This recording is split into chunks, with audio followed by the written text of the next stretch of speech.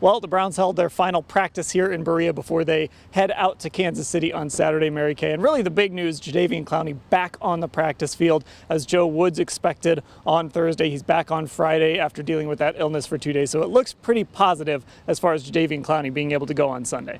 It really does. I watched him very closely in practice today in the part that was open to us. He looked really good. He didn't look sick. You would never have known that he was gone the last 2 days. He was fast through the bags and on the sleds and all that kind of stuff. So I think it's going to be what everybody expected. Miles on one side, adaveon on the other. Now, the other guy we're all keeping an eye on is Odell Beckham Jr. He is questionable for Sunday. But look, Odell was going first in wide receiver reps when we were out there at practice. I would be shocked if Odell doesn't play on Sunday. Yeah, Odell Beckham Jr. is going to start this football game.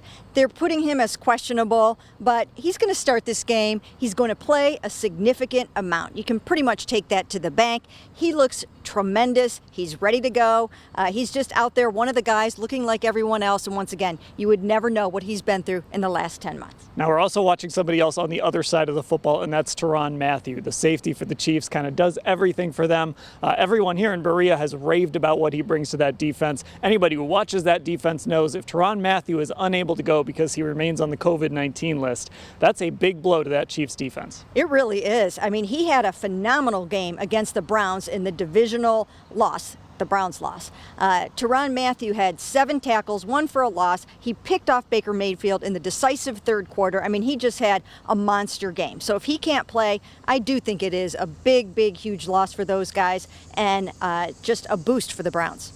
Okay, so Browns and Chiefs, Mary Kay, give me one thing that you're kind of keeping an eye on Sunday.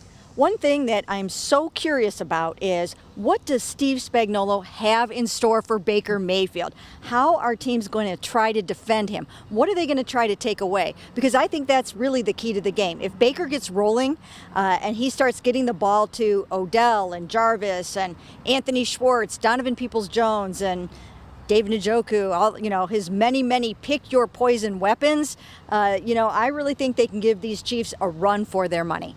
Yeah, I mean, maybe he sets that blueprint for defenses, or maybe Baker Mayfield shows that there just isn't a blueprint. For me, it's just about all these streaks, right? The Browns haven't won an opener since 2004. Patrick Mahomes in September has never lost, has never thrown an interception. Are we going to see all of those streaks continue, or are some of those streaks going to come to an end? So that's what we're watching against the Chiefs on Sunday. We'll have full coverage of that game, as always, at cleveland.com/Browns.